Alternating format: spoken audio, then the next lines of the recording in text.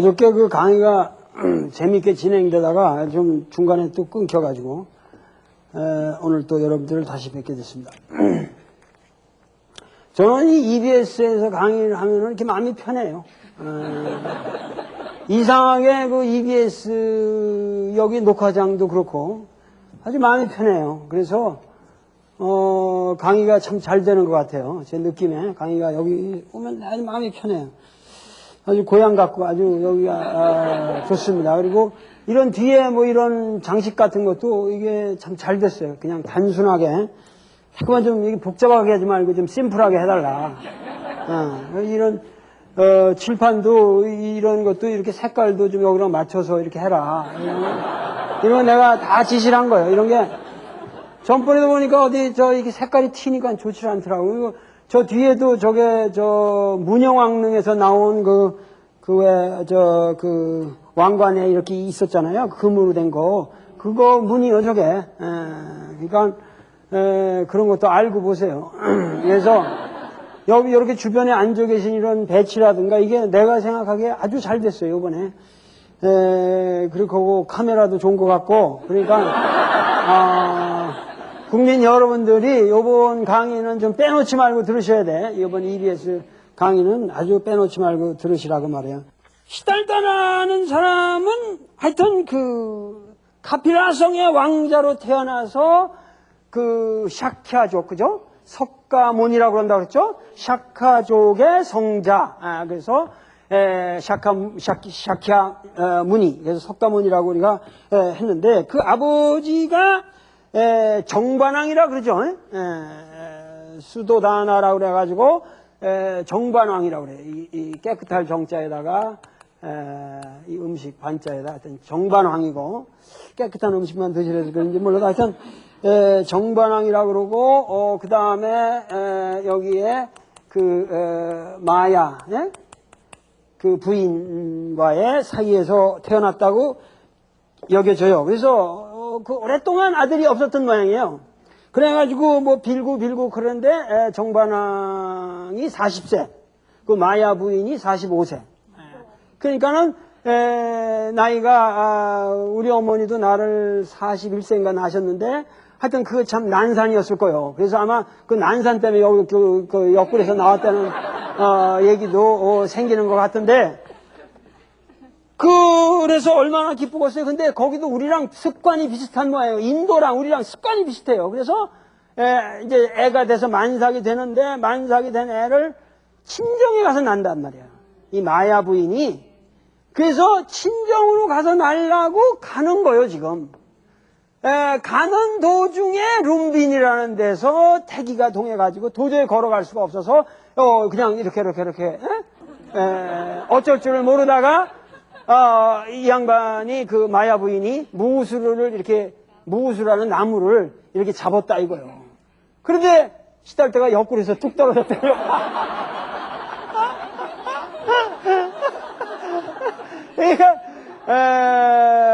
그러니까 아마도 그 옛날 성인들이 태어났을 때 그 정도 신화는 애교로 봐줘야 돼. 왜냐면 얘기하는 사람들이 그렇게 간단하게 여기서 뚝 떨어졌다. 그래가지고 시달다가 뚝 떨어지더니 7발짝을 지가 걸어갔다 이거요. 7발짝이라는 것도 이 7이라는 숫자가 그 인도에서 많이 나오는 숫자입니다. 이 설화 문학에서 아주 많이 나오는 숫자예요. 지금 예를 들면 우리가 예를 들면 아쇼카 왕이 84,000개의 무슨 그 탑을 만들었다. 그 84,000개라는 말도 이게 8과 4가 들어가잖아요.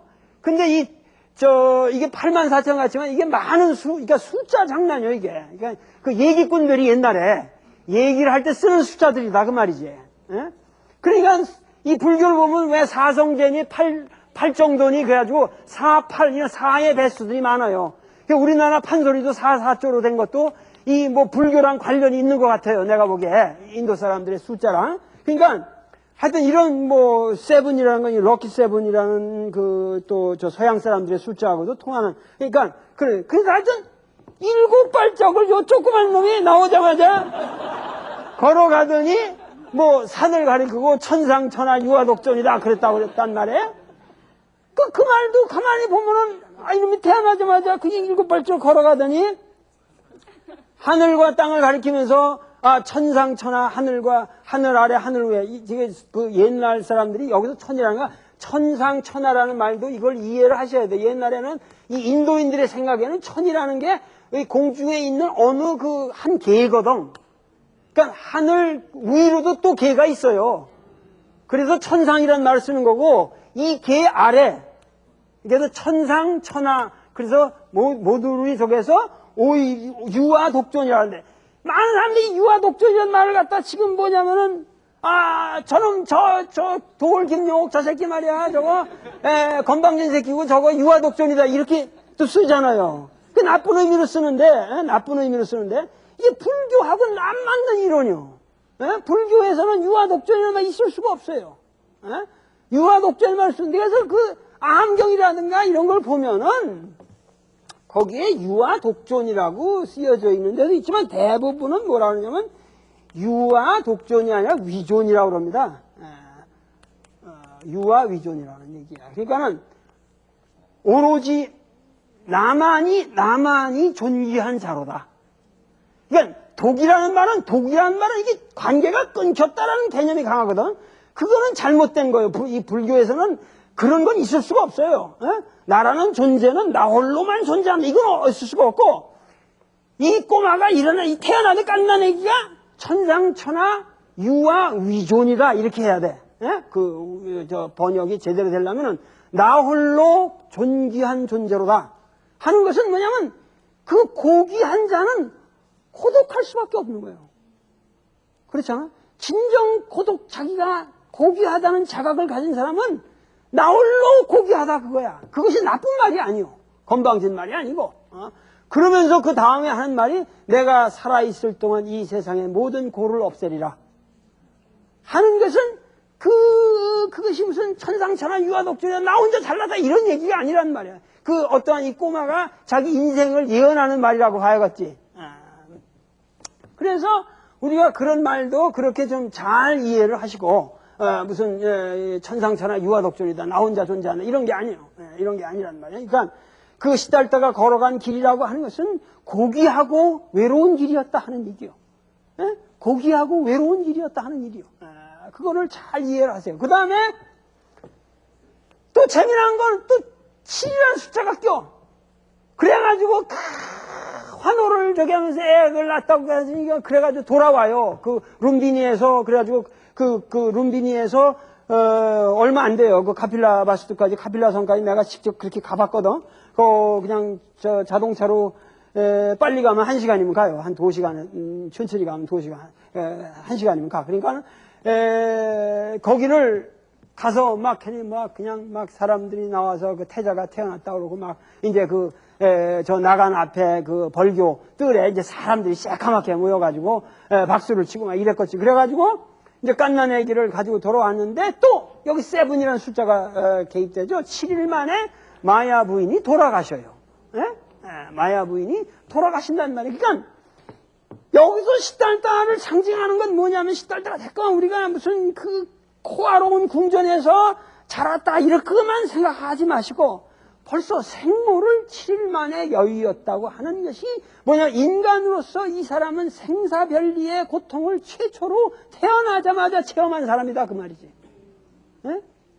그것이 무언가 이 시달다라는 사람의 성장기에 자기 어머니가 그렇게 자기를 낳고 일찍 돌아가셨다고 하는 사실이 뭔가 이 인간 시달다에게 엄청난 뭔가 영향을 주었을 거라고 나는 생각이 돼요. 그죠? 그 엄마 없이 자라는 사람들이 얼마나 그 마음이 허전하고 고독하고 항상 인간의 본원적인 문제에서 나는 왜 이렇게 고독하게 살아야 되는가 하는 걸 자꾸만 고민하며 살게 될 수밖에 없는 거 아니에요. 거기에서 시달다는 뭔가 어려서부터 아주 극도의 센시티비티, 하나의 감수성 있는 인간으로 성장했을 거라고 나는 생각합니다. 그런 얘기가. 그죠? 아주 우리가 구체적으로 생각을 하자 그 말이야. 이런 설화에도 뭔가는 근거가 있을 거예요. 그래가지고 이제 그렇게 해서 했는데, 그래서 이제 마하 프라자파티라고 그래서 그 이모를, 그러니까 돌아가신 마야 부인의 동생을 이 계모로 들어오잖아요. 그러니까 옛날에는 양모라고 그러지만 그게 뭐냐면 누나가 이제 언니가 죽고 나면은 그 동생이 또 부인으로 들어가요. 그때는 그게 보통 습관이요. 그게 마침 여유가 있으면 그렇게 들어간단 말이에요. 옛날에 그게 다 복지 제도요. 그게. 그래서 여러 사람을 이렇게 먹고 사는 거예요. 그렇게 해가지고. 그래서, 부인으로 아마 됐을 거예요. 그래가지고, 그 이모니까 그 이모가 자기 사랑하는 언니의 또 아들이고 그러니까 정말 귀하게 키웠을 거라 이거죠. 아주 극도로 그 이모의 사랑을 받으면서 살았지만은 이 시달다의 가슴 속에는 돌아가신 어머니에 대한 생각은 끊임없이 있었을 것이다. 그거예요. 끊임없이 있었을 것이다. 그래가지고, 그러니까 나는 그 시달다의 어머니가 그렇게 일찍 조실부모 했다는 것이 시달다의 출가와 궁극적으로 관련이 있다라고 나는 생각을 해요. 그죠? 어머니를 조실했기 때문에 그렇게 나중에 출가까지 가게 되는 운명이 벌써 있었지 않을까. 그런데 이 시달다는 크면서 문무를 겸비하고 아주 공부를 많이 했다고 여겨져요. 최소한 역사적 시달다가 어떠한 사람인지 모르지만 나는 그 사람이 브라만 계급일 가능성도 있다고 생각하고, 난 4계급의 가능성이 다 있다고 생각을 해요. 그러나 수드라일 수도 있다고 생각해요. 그러나 어떤 계급의 출신이든 간에 시달다라는 사람은 매우 역사적으로 출중한 지식의 소유자고 당대 인도의 중요한 경전을 다 꿰뚫었고, 그래서 탁월한 이성적 감각의 소유자인 동시에 감성을 소유한 사람이었을 것이다. 그거예요. 그거를 우리가 알고 얘기를 하자 그 말이야. 그래서 했는데 여러분들 설렁탕이라는 거 알아요? 설렁탕, 우리말에 설렁탕이라는 게 맛있잖아요. 우리나라에 설렁탕이라는 게. 근데 여러분들 동대문 밖에 전농동이라는 거 아세요? 옛날에는 이 농사에 관한 전례들을 많이 한 그쪽에서 했거든. 동대문 밖에 나가지고 왕이 나가가지고. 그래서 전농이라고 그러는 거예요. 전농동이라고 그러는데, 거기에 거기도 지금 옛날에는 사대부고, 서울 사대, 그쪽에 사대부고 근처에 있는, 용두동에 있는 거로 아는데, 거기에 선농단이라는 게 있어요. 예? 선농단이라는 게 이게 뭐냐 하면은, 선농제라는 게 있다고, 선농제. 옛날에 뭐냐면은, 최초의 봄에, 우리 때도 최근까지만 해도 박정희 대통령은 봄이 되면 나가서 이렇게 모심기 꼭 해는 그런 거 있었잖아요. 옛날 그래서 대한뉴스로 비춰줬잖아, 항상. 그런 것처럼 옛날에는 왕이 나가서 항상 그 해에 초봄에 나가서 모종을 할 적에 나가서 하는 게 밭을 갈고 하는 그런 제식이 있었단 말이에요. 다 이렇게 나가서 음악을 연주하고 제식에 따라서 그래서 왕이 직접 합니다. 그래서 제사도 지내고 그러는 그걸 최초로 하는 거 선농제라고 하고, 그거를 하는 데를 선농단이라고 그래. 선농단이라고. 아시겠어요?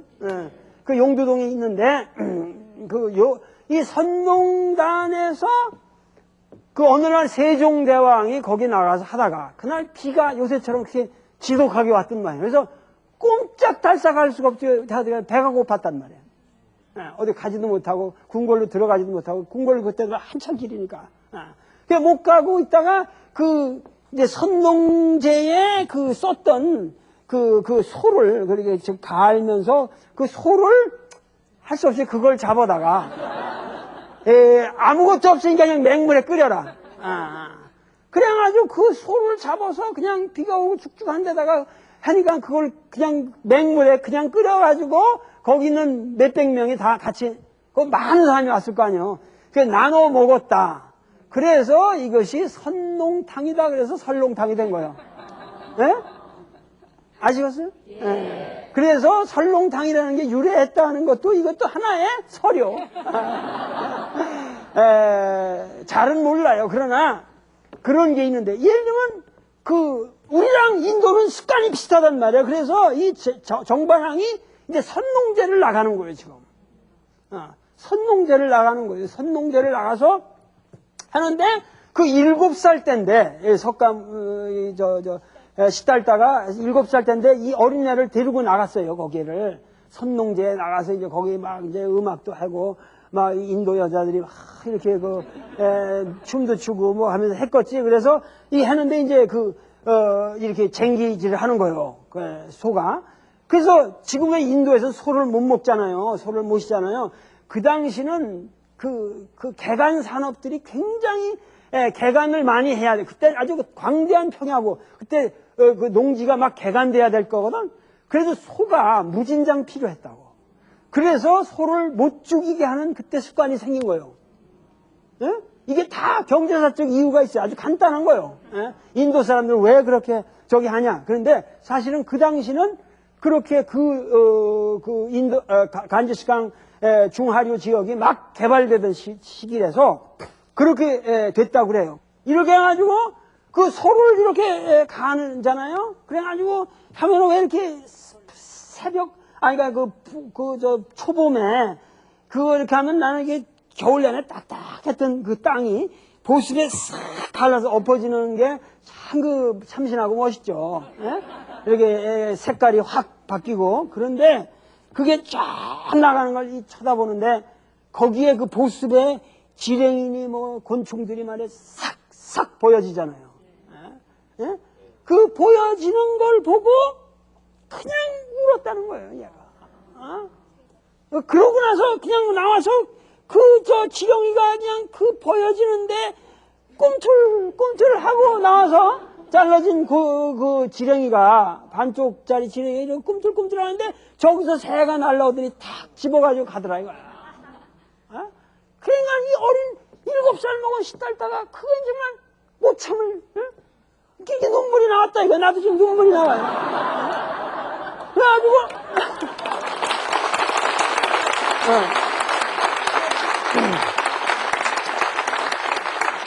그러니까 얼마나 이 시달다라는 사람이 감수성이 강한 사람이냐 그거야.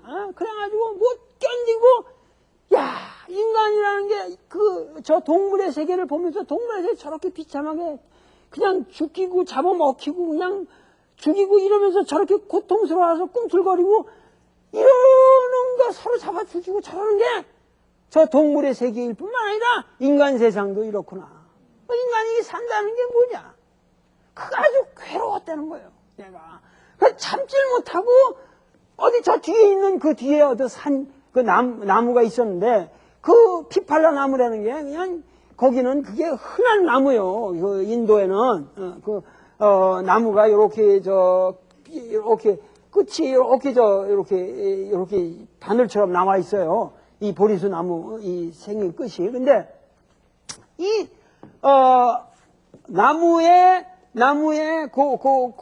이제 그 뒤에 있는 그런 나무가 있는데 저 혼자 그냥 그 슬픔을 이기지 못해가지고 가서 그냥 그것도 몰랐지. 이 사람들이 제식을 하려고 하는데 나중에 보니까 시달다가 거기 앉아서 가만히 앉아서 명상을 하고 있더라는 거예요.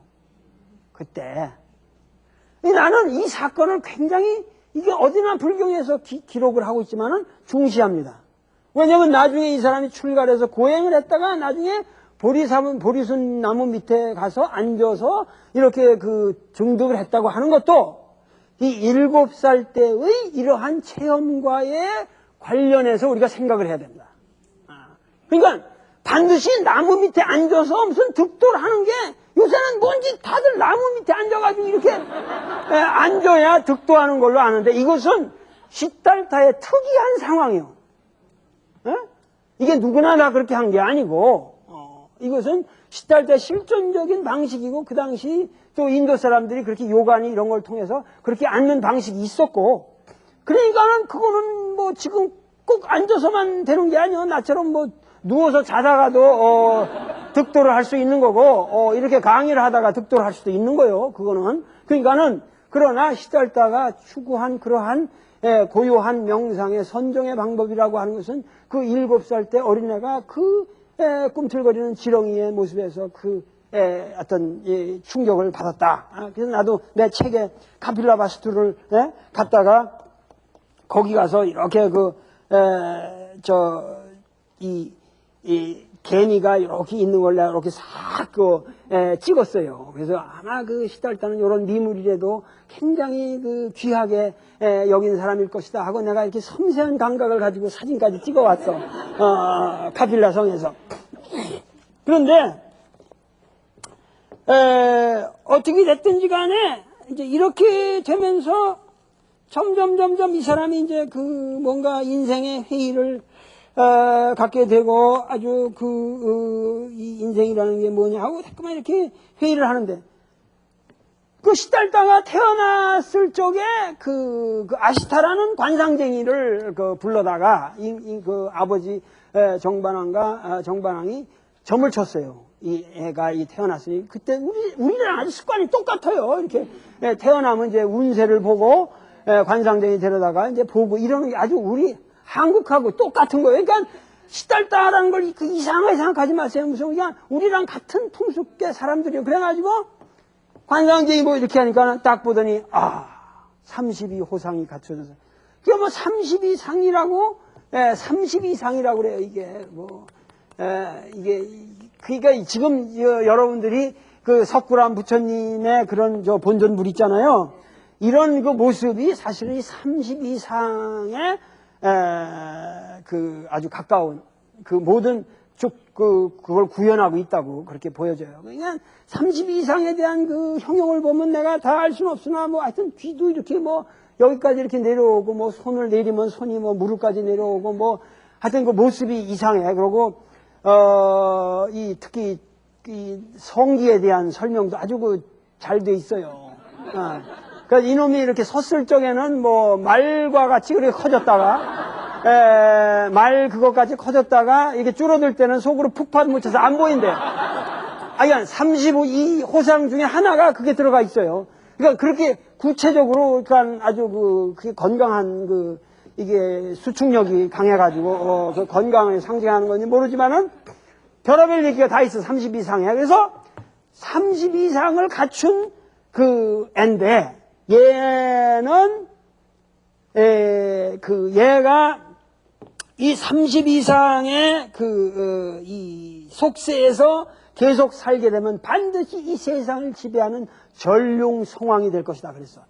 이 전륜성왕이라는 게 이 차크라 바르틴이라고 해서 이 뭐냐면은 바퀴를 굴린다 그거든. 이게 시간의 바퀴를 굴린다 그런 법의 바퀴를 굴린다, 진리의 바퀴를 굴린다는데 전륜성왕이다. 하는 게 뭐냐면은 전통적으로 시달다 이전부터 인도 사람들에게 오는 일종의 메시아니즘이라고. 일종의 이 세계를 구원하는 위대한 왕이 태어날 것이다라는 믿음을 차크라 바르틴에서 이게 뭐냐면 그 전륜성왕이라고 불렀다 그거 말이에요. 전륜성왕이라고 봤어요. 그러니까 이 속세에 계속 머물게 되면은 이 사람은 분명히 전륜성왕이 될 것이요. 출가를 하면은 반드시 각자가 될 것이다. 그때 붓다라는 말을 쓴 거예요. 이 아시타라는 사람이. 그러니까 붓다라는 말이 그냥 일반 명사라고 그랬잖아요. 고유 명사가 아니라고. 김용옥 그런 얘기가 아니고 철학자 이런 일반 명사란 말이에요. 그러니까 붓다가 될 것이다. 깨달은 자가 될 것이다. 아니 쟁반왕으로서는 그 40 넘어서 정반왕으로서는 40 넘어가지고 그렇게 어렵게 애를 얻었는데 이놈의 출가를 해가지고 각자가 된다 이러니까는 끔찍한 거예요. 생각이 끔찍한 거예요. 그래가지고 얘를 출가 인생의 그 생로병사의 이런 걸 모르게 이렇게 가둬서 키운 모양이었지. 가둬서 나가지도 못하게 하고 뭐 또 보지도 못하게 하면서 이쁜 색시들을 그냥 막 호화롭게 이렇게 해가지고 그 영화 최근에 있었잖아. 아니야 영화에 무슨 붓다의 생애를 그린 영화 있었잖아. 배우가 누구지? 키아누 리브스인가 하는 놈이 나온 그 영화 있었다고. 그래가지고 뭐 그냥 그렇게 아름다운 그 여자들이 맨날 저기 하고, 그래서 이 세상 그냥 낙원에서만 산 거지. 어? 그러나 나간성에서 뭐 그렇게 대단한 그 섹시가 있었겠어요. 그러나 하여튼 그렇게 살았다 그 말이지. 그렇게 살았는데 어느 날, 여기 중요한 거예요. 어느 날 이걸 꼭 아셔야 돼요. 어느 날 동문 밖을 나갔다. 그래, 동문 밖을. 동문, 그러니까 그 지금도 가면은 그 성이 동서남북문이 있어요. 거기 가보시면 알아요. 거기 있어요. 그 내가 사진까지 이 책에다 찍어놨어요. 여기에. 내 책에 보면은 그 찍혀 있는데, 그래가지고 이 동문 밖으로 나갔는데, 거기 어느 파파 노인네가, 머리가 흰 노인네가 꾸불꾸불하면서 걸어갔다 이거요. 에? 여기서 시찰자가 충격을 받는 거예요. 충격을. 이게 보통 사람들은 이게 사문유관이라고 하는 거를 아주 그냥 우습게 남기는데, 나는 이게 충격적이에요. 이게 뭐냐면 우리가 늙는다. 이거를 너무도 우리는 당연하게 그냥 사람은 샀다가 늙는다라고 받아들이는데, 이 시달다라는 청년은 늙은이를 보고 사람이 저렇게 늙는구나 하는 거를 너무 처음 안 가고 경이롭게 바라봤다 이거예요. 사람이 저렇게 늙을 수가 있구나. 그러니까 사람이 늙는다는 것 그 자체를 충격으로 받아들인다. 이거는 너무도 상식적인 사실을, 우리가 지나치고 많은 그런 상식적인 사실을 충격으로 받아들이는 이 감수성에 시달다가 위대한 성인이 될 수 있는 그 소질이 있다고 말이야. 그게 하나 아주 이 사문유관이라는 이것이 굉장히 위대하다고 봐요. 나는 저게 내가 저 뒤로 올라가면 저 남문, 대남문, 어디지? 저 평창동 저쪽으로 해서 그 구기터널 밑에 저게 내가 그 대남문 쪽으로 잘 올라가요. 근데 올라가다 보니까 저 꼭대기 대남문 밑에 문수사라고 있는데, 거기에 그 절간에서 그냥 그 무슨 저 목탁 소리 같은 거를 자꾸만 이렇게 저 확성기로 이렇게 틀어놓고 이래가지고 산에 올라가면 나는 저 그냥 조용한 산을 보려고 하는데 그런 게 자꾸만 들리고 이래가지고 내가 내가 해능과 섹스피어라는 그 해능 뭐지 벽암록을 강의한 내 책에 해능과 섹스피어라는 책에다가 대립자 욕을 했단 말이야. 이 스님들이 말이야 산에다가 그렇게 맨날 확성기로 해가지고 저기 하고, 우리 동네도 그 절이 하나 있는데 봉원사라고 절이 하나 있는데 그렇게 스님들이 그냥 목탁 두드리는 소리고 뭐 자꾸 확성기를 놓고 하는 거야. 밤에 새벽에 밤이고 이런데 하면 그게 말이 되냔 말이야. 그래서 내가 그런 짓 좀 하지 말라고. 옛날에는 그 교회에서 맨날 차인배린 이래가지고 맨날 하더니 교회에서 요새 안 해요. 교회는 그만큼 선진화가 됐는데 우리 불교는 그냥 그 거지 같은 목다는 얘기 같은 거 목탁 들으면서 뭐 스님들이 한다는 얘기 이런 거 맨날 절간에서 틀어놓고 있는데 제발 그런 짓 좀 하지 마세요. 전번에도 법정 스님이 북한산을 갖다가 그냥 터널을 뚫는다. 그래가지고 막 가가지고 거기를 야단을 치시러 가면서도 그 양반 말씀하시는 거 보라고. 이 정부에서 이렇게 산을 끄트고 이런 짓도 나쁜 짓이지만 우리 스님들이 그냥 절간 맨날 친다면서 이렇게 산에다가 나쁜 짓 하는 것부터 반성하라고. 그렇게 말씀하시더라고. 그러니까 지금 북악산도 함부로 그렇게 뚫어서 안 되고, 부산에 범오사 금정산을 뚫어가지고 무슨 고속전철을 놓는다고 거길 뚫는다는데 미친놈들이 왜 그걸 뚫어?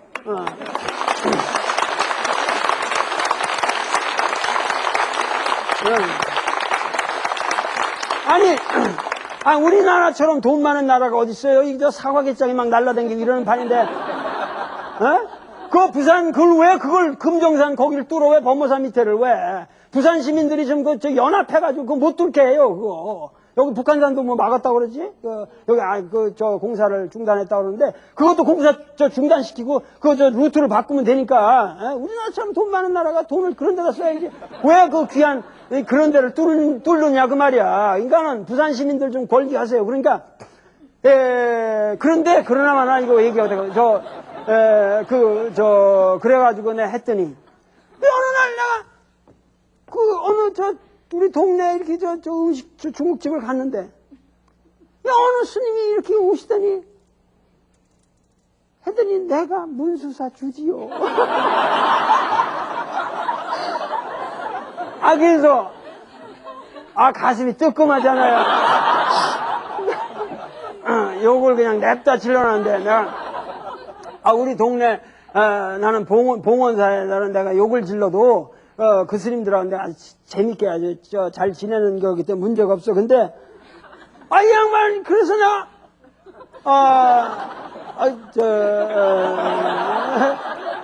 그러고서 그냥 멋쩍게 가만히 있었단 말이야. 그러고 나서 이제, 그 인사하고, 언제 한번 찾아뵙겠습니다.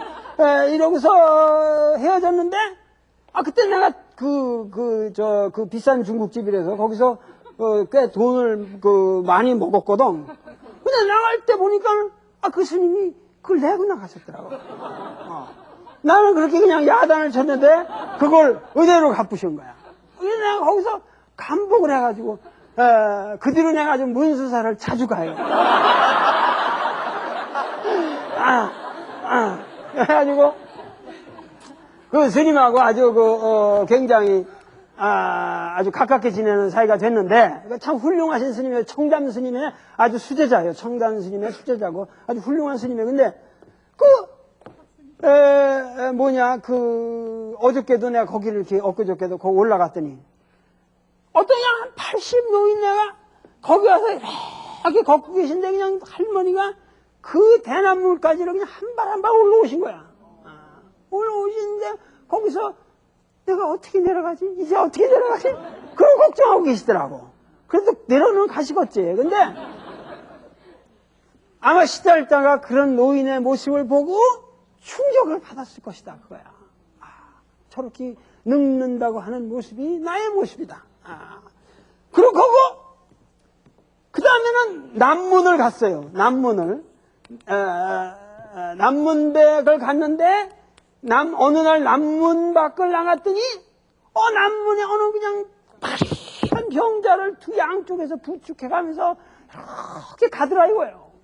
그래가지고 병이 걸린 사람이 다 죽을 듯이 이러고 가는 걸 두 사람이 부축해가는 거 보니까 충격을 받은 거예요. 사람이 저렇게 병들을 수 있는 거구나. 최근에 내 병원에 아주 훌륭한 우리 나라의 학자분이요. 아주 내가 존경하는 후배고 그런데 이 사람이 그냥 너무 공부를 지독하게 해가지고 좀 병이 걸렸어. 알고 보니까 좀 뇌에 문제가 있다고 그래. 내가 구체적인 예를 들면 조그만 종양이 있다고 그러고 그랬는데 그래서 내가 그래가지고 이제 그 뇌를 열어가지고 수술을 해야 된다 할 판이요. 그래 내가 그런 짓 하지 마라. 그래가지고 나하고 앉아가지고 내가 이게 침으로 다스릴 자신이 있으니까 나하고 해보자. 단 내 말을 듣고 이 인생에 이거 당신이 살아온 생활 습관을 바꾸면 이게 나하고 고칠 수 있다. 그러니까 뭔가 충격을 받으면 이제 그 생활이 좀 변화할 수가 있는 거예요. 이거 안 되겠다. 내가 살아온 게 잘못됐구나. 생활 방식을 바꾸고 술도 먹지 말고 담배도 먹지 말고 밤늦게 앉아서 공부하지도 말고 음식도 이렇게 조심하고 어떻게 하면서 이거 하면은 분명히 이게 승산이 있다. 이제 이 학자도 뭐냐면 과거에는 전혀 학문적으로 그렇게 자신 가지고 저거 했지만은 병자의 모습이 저런 병자의 이제 모습이 객관화됐던 게 내 모습이 돼버렸단 말이야. 내가 병자다. 이게 인간이 하는 어떤 삶에서 얻는 충격이야 다. 그러면서 어떤 깨달음이 오게 되고 새로운 삶을 살려고 우리가 노력하게 되는 거예요. 보통 때는. 그러니까 시달다행에도 이런 것이 상징적으로 있지만 뭔가 그러한 그 무엇의 충격을 계속 받았다 하는 얘기죠. 그 다음에 서문을 나가서 서문을 밖에 나갔더니 거기에 어이 이제 가면 언제 오나 하구나. 그러니까 그러면서 상여가 쭉 나가는 거예요. 나는 어렸을 때 그 상여 소리가 그렇게 좋았어요. 그래서 내가 상여 소리를 아주 잘해 내가. 풍마 이러고 나가면 이제 뭐. 근데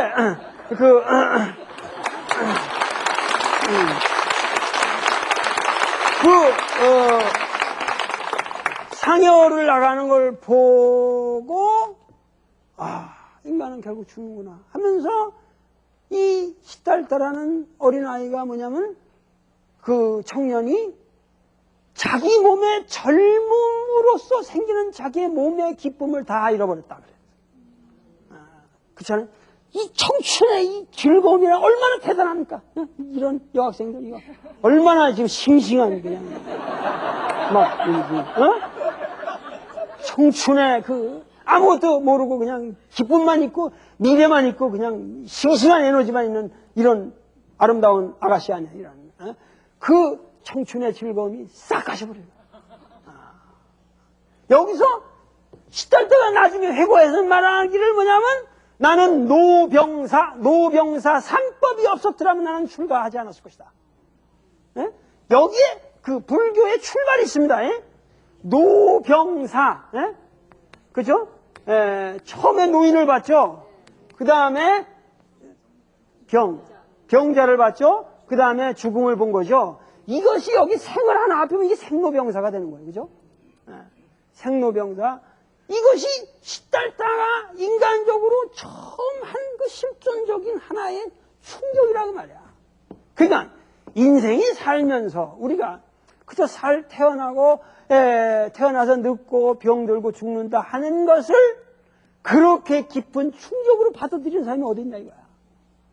다 그런 걸 좀 아는 거야, 사는 거야, 그냥. 우리는 그렇게 평범한 거를.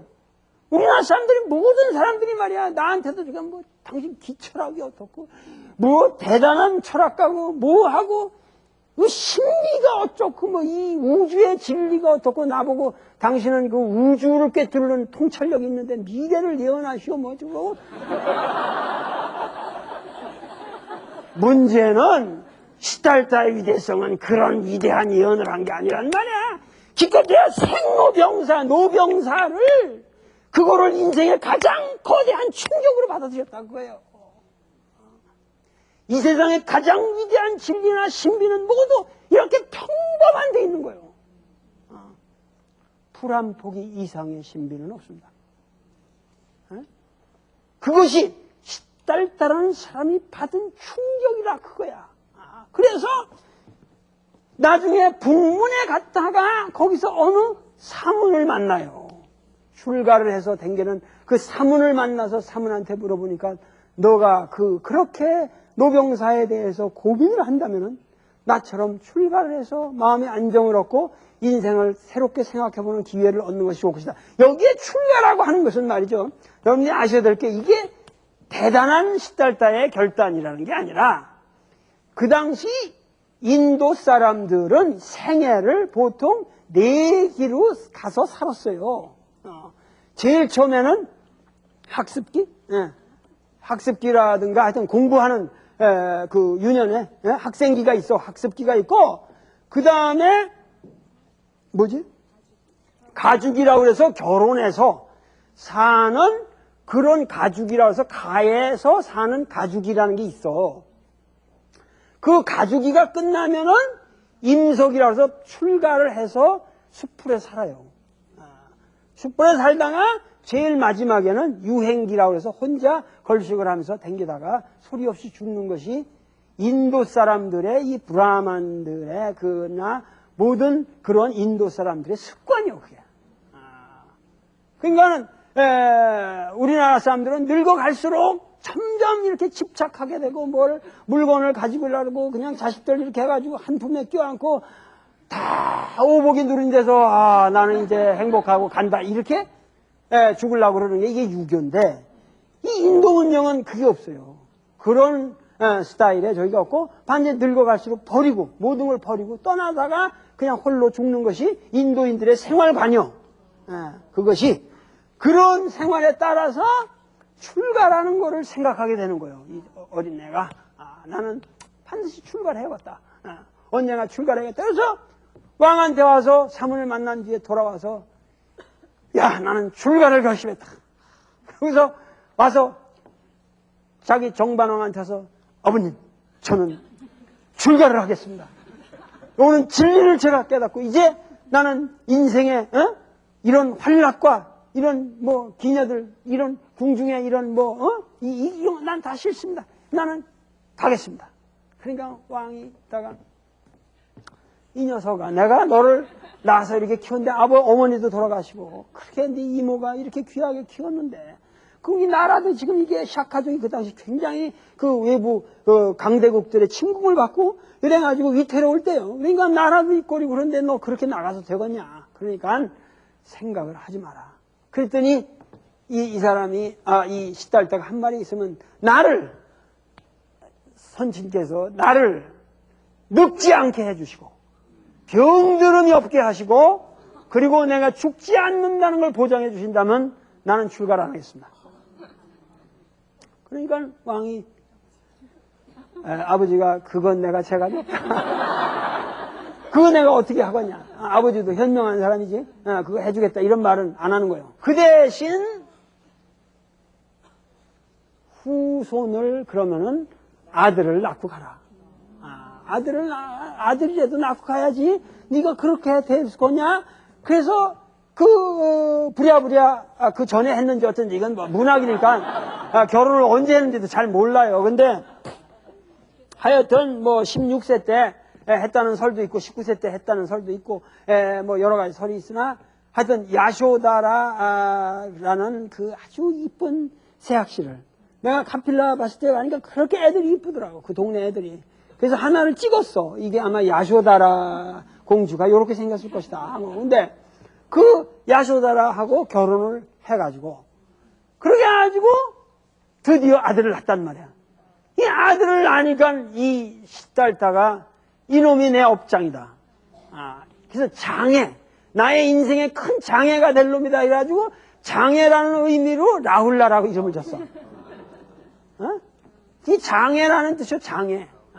그러니까 임금님이 자식아 아들 이름을 하필 장애라고 짓느냐, 장애라고 라울라라고 짓느냐 아주 아버지가 또 슬퍼하시겠지. 아버님, 저는 이제 제 사명을 다했습니다. 드디어 출가를 해야겠습니다. 그래가지고 이 왕도 이제 저게 그렇게 말씀을 드리고 어느 날 밤을 잡아서 그 동문 밖을 나갔다는 거예요. 그 동문 밖으로 자기가 제일 처음에 그 늙은이를 봤던 그 동문 밖으로 몰래 나가는 거예요. 그래가지고 그 자랑하던 에마가 있어요. 춘다카라고. 칸타카? 칸타카인가? 그러고 뭐 이게 이름이 뭐 산스크리트하고 뭐 팔리어로 막 이게 중복이 돼가지고 내 머릿속이 아주 복잡. 칸다카 뭐 그 마부 이름도 뭐 찬다카라고도 하고 뭐 찬다라고 그러고 나가지고 뭐 찬다카인가 뭐 해가지고 그 마부를 데리고 그 돈키호테는 누굴 데리고 갔지? 로신한테하고 판초를 데리고 갔잖아요. 그래서 칸다카하고 찬다카를 데리고 했는데 말발굽이 들리지 않게 하려고 그거를 몰래 이제 밤에 조용히 나가려고 그거를 이렇게 헝겊으로 말발굽을 싸가지고 그러면서 나가기 전에 몰래 그 자기 부인이 그 라훌라를 그 갓난아기를 안고 있는 방에 그 달빛이 샥 비치는 거기에 몰래 들어가서 봤다는 거예요. 그래도 시달다라는 게 떠나기 전에도 그 미련이 있었던 거라. 그 사랑하는 아들과 아내를 얼굴을 몰래 달빛에 보면서 눈물을 흘렸겠지. 난 또 눈물이 나오려고 그래. 아니 정말 이게 슬픈 얘기 아니요, 슬픈 얘기. 이게만 그래가지고 원래 이렇게 떠나는 거예요. 그래서 그 동문 밖으로 이렇게 저기 갔단 말이야. 가가지고 나중에 그 동문 밖에 가서 한참을 가다가 돌아가라. 그 말을 보고 돌아가라고 그러잖아요. 항우도 제일 마지막에 어디예요? 그 강동 그 5강을 사면초가 아시죠? 난 그런 생각이 나. 그래가지고 강동에 그 사면초가 강동에서 이 사람이 한 얘기가 너 하니까는 왜 거기서 그 건너가라고 그러잖아요. 거기 있는 사공이 저 강동으로 가시면은 거기 가면 다시 왕으로 추대되고 우리가 시간을 벌 수 있으니까 갑시다. 그러니까 항우가 저 강동에 제위 장동스디 빠체는 내가 강동자재 8천인을 데리고 뚜장할시 도강에서 저 서쪽으로 가서 이 대업을 일으켰는데 한 명도 지금 살아 데려가지 못하는데 내가 어찌 내가 면목을 글로 갈 거냐. 그러고 말만 태워서 글로 보냅니다. 근데 그 오추마가 들어가다가 그 강 가운데서 떨어져서 자기가 자결해 죽잖아요. 말이 자살해 죽어요. 그게 아주 그 패왕절이라는 유명한 그 경극으로 돼 있지만은 거기 한 장면이요. 그러니까 이제 마지막에 시달자는 숲으로 나는 간다. 그런데 니들은 따라오지 마라. 이 왕명에 이건 절대 안 됩니다. 어떻게 혼자 가시겠습니까? 야, 진리에다가 이 법을 추구하러 가는 놈이 무슨 말 데리고 뭐 가거냐. 가라. 그러니까는 얘들이 할 수 없이 그냥 해가지고 돌아가는 거예요. 그래가지고 이 말은 자살도 안 하고 그냥 잘 갔어. 자기 집으로 잘 갔어. 그래가지고 카필라 바스트를 가니까 얼마나 이 야쇼다라 공주하고 저기가 그냥 그 말발굽 소리가 들으니까 처음에 아침에 일어나서 그냥 환호성을 울렸다가 시달자는 보이지도 않고 그러니까 그 춘닥한 가는 말하고 이놈들한테 그냥 막 야단을 치면서 어떻게 니들 그렇게 하고 돌아왔느냐 하고서 이제 정반왕이 교진여라는 사람하고 해서 5명을 몰래 그 시달타의 뒤를 따르게 합니다. 다시 따르게 하면서 이제 시달타의 그런 고행의 6여 년에 7년이라고 하기도 하고 6년이라고 하는데 그 6여 년의 그 아주 기맥힌 고행의 세월이 시작되는 겁니다. 이 고행 속에서 시달타는 어떻게 고행을 했으며 과연 여기서 이 사람은 무엇을 깨달았는가 하는 이 얘기를 다음 시간에 해드리겠습니다. 감사합니다.